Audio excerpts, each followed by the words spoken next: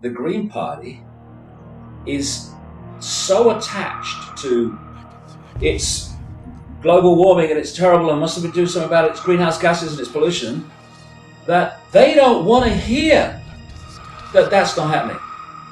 Because their reason for being is being challenged. The very reason that they sell themselves and they get their backing and support, they have to protect that. Mars and the other planets are also warming up. Are they driving a lot of trucks on Mars? Well, I don't see. There are 2 rovers now on Mars.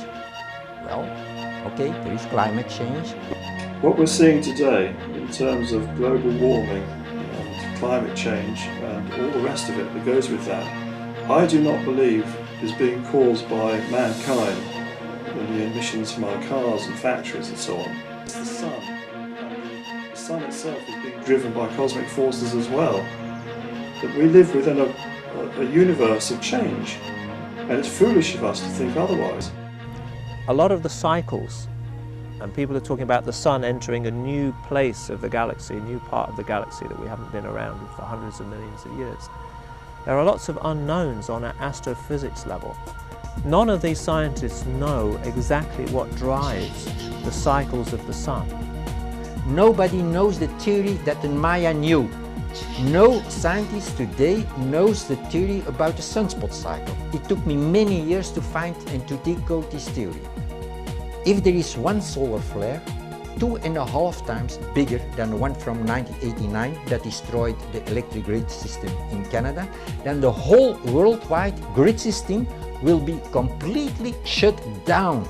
In studies of geomagnetic reversals in the laboratory, they found that it would occur when the geomagnetic field weakens and reduces, and you would also get areas of inverted field breaking out in sort of odd areas. And both of those things have now come to pass. I can tell you as a former Earth scientist is that we are seeing measurable parameters that are changing and appear to be converging. For example, the magnetic fields of the Earth are in rapid decline right now. They reached a peak about 2,000 years ago. They have declined consistently, never looked back since then. We are now at the lowest magnetic point in global magnetics that we've been the last 2,000 years. Now that those who sit in higher positions of power and influence, they know all this. I have absolutely no doubt that they know about this. Whether it's disaster, or nirvana depends on, where you are.